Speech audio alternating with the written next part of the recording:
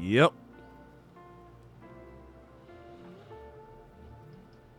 Cowboys Nation, what is good with y'all? Hope everybody is doing well. I hope your week has started off, or maybe your work week has started off better than the actual week started. And that's because your Dallas Cowboys on Sunday afternoon took their second loss, almost a third of the season, at the hands of the Chicago Bears by the score of 31-14. Now, it was a whole lot of things wrong with this game. It was some good. It was some bright spots. And before we get to the dark, ugly side, I just want to shed some light on things that looked well or promising. So we're going to start on the offense, starting with 4. 4 was okay Sunday. He was okay. I think he was 31 of 40, if I'm not mistaken.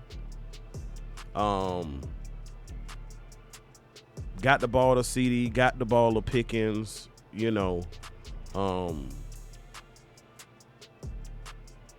CD actually did pretty good up until he got hurt. Pickens was a little shaky, but he even too, he got the tutty or whatever. He cost us a pick. Let's just get back to the beginning. Last week, Shotty said, we wanted to put the defense out there, set the tone, and then to give offense a chance to score. And in his press conference, he said, well, and then 19 plays later, they scored. They didn't intend on that. Well, this game, the defense started out a whole lot better than the previous game. 3 and out, off the field. Ball is coming back to the offense, and we start marching. And Javonte Williams takes it down into their territory, slowing up, about to get out of bounds, and y'all know what time it was. We had the ball stripped from him. Chicken strip. So that killed that drive.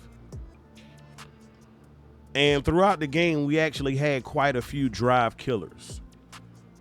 Run game was continuing to work. On a couple of occasions, we get down inside the red zone, inside the 10, 1st and goal. Brian Schottenheimer, I want to know why, sir, did you decide to throw the ball 4 straight times?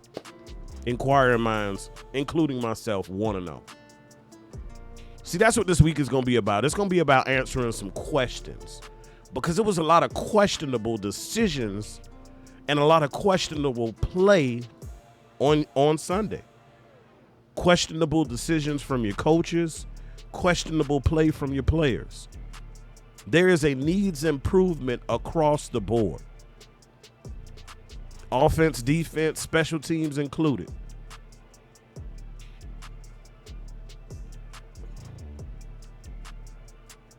Not as defense.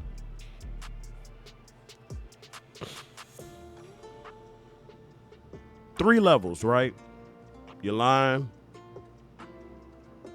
linebacker core, and your secondary. Cornerback, safeties included.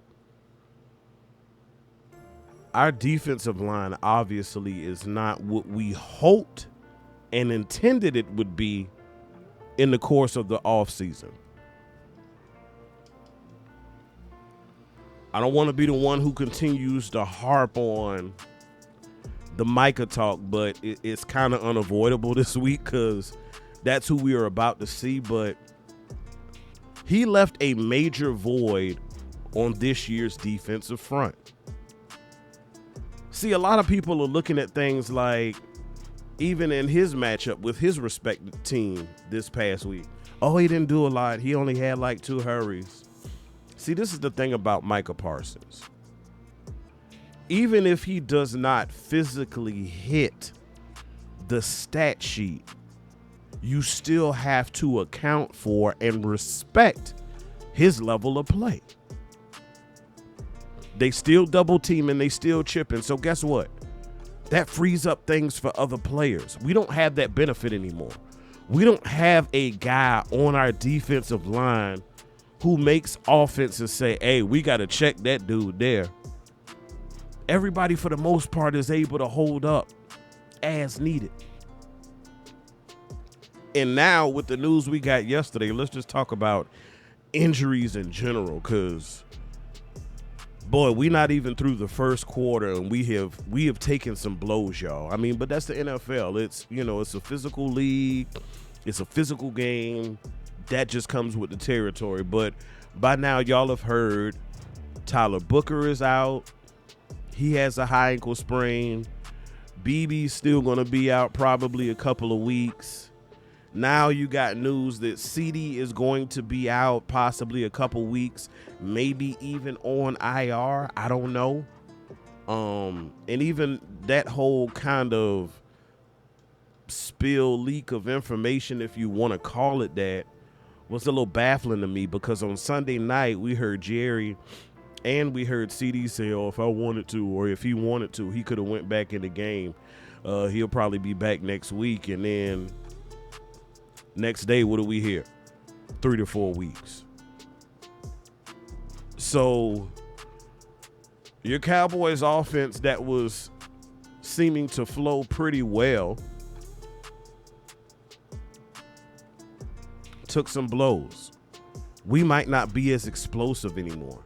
This Green Bay game could be very ugly if offense is as anemic as it was in the second half of Sunday's competition against the Bears, where we got 0 points. Yeah, 0 points after halftime. Had a couple opportunities where we got close enough and could have kicked a couple field goals for Butter Aubrey, but it wouldn't have put a dent in the deficit that we were facing. It was an uphill battle from the jump. So now you have all these injuries that are starting to pile up, and I think Kenny Clark got a little banged up too. Don't know what his availability may be. That's another one, because he pretty much has been your star player on defense. It ain't been a whole lot to smile about on defense, but I'm appreciative that he's on the squad, because without him and without Micah, ooh, Lord. Because we got defensive linemen who really, they're like an old pimp, dog. They got no moves. You know what I'm saying? Like it's they're rushing, they're hurrying the quarterback, if you will. They're getting him off his spot, but we're not really taking nobody down like that. We're not really making anybody uncomfortable to the point to where it starts to mess with their operations. Teams are still able to do what it is that they want to do against us. And so now that allows me to pivot to this defense, because, yes, your line has been decimated. In the offseason, I heard, a lot of people talking about, Jack Sanborn. He's Eberflus guy. He's going to be a green dot guy. He's going to have that defense rolling. I looked at the film. I didn't see anything to write home about. But you had some other folks out here gassing him up, because .com was gassing him up. And what has he done for us?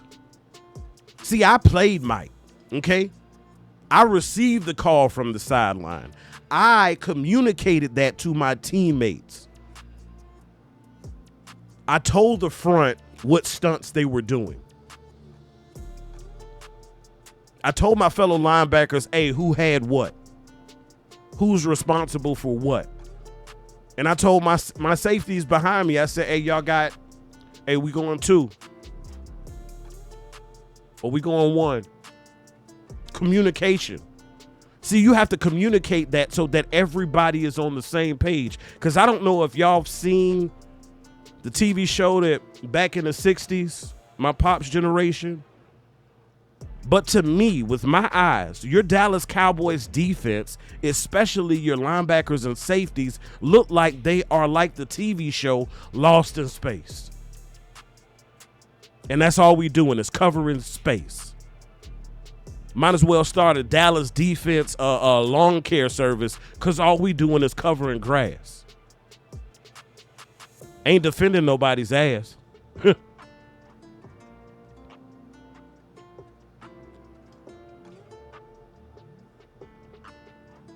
There is a break. There is a missing link in the communication chain between your defensive coaches, because it ain't just all on Flus. Because in case y'all didn't know, he brought 4 of his buddies with him from Chicago off of that defense from last year. Passing game coordinator, secondaries coach. Yeah, it's a couple of them. So there is a missing link of communication from your coaches to your players, because too many times in clips that we saw on scoring plays or big plays from Sunday, you saw your secondary and your defenders looking at each other with the, oh, I don't know. Oh, what happened? Hey, where were you? Nobody knows where anybody is supposed to be. That starts in the classroom. That starts in the film room. And then you transfer what you learn in the classroom, what your coach is telling you his expectations are, what his vision is, what he's seeing, how to attack the offense that's in front of you. And then we get out there and nobody looks like they have a clue as to what they're doing. Then you got guys taking chances, taking risks, or compensating because they don't think they'll get support. And so now they're paying attention to somebody else's responsibilities while their responsibilities have run behind them and have caught the ball and are in the end zone.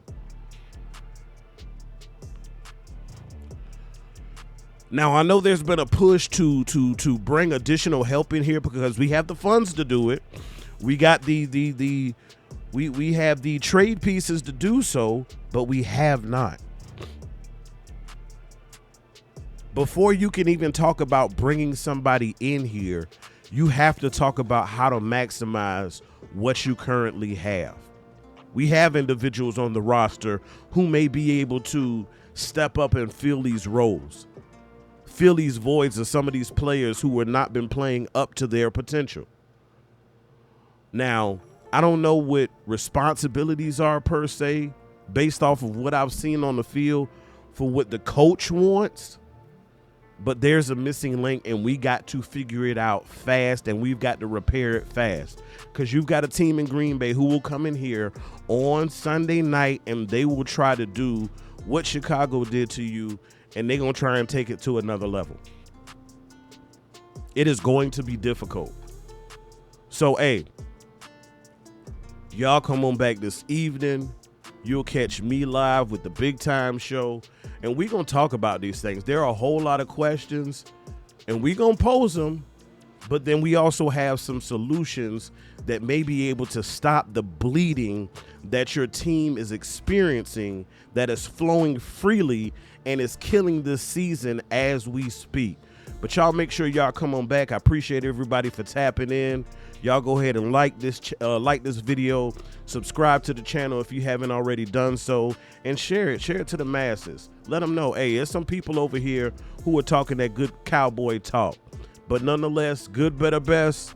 Never let it rest until your good becomes your better and your better becomes your best. Until next time, Cowboys Nation.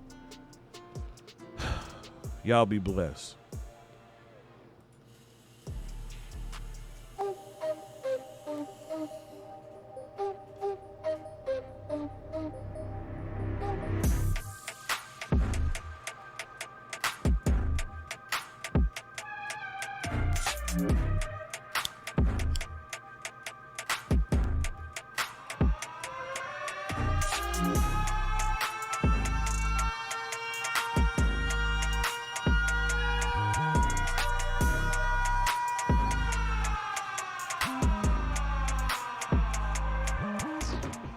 in 30 fucking years.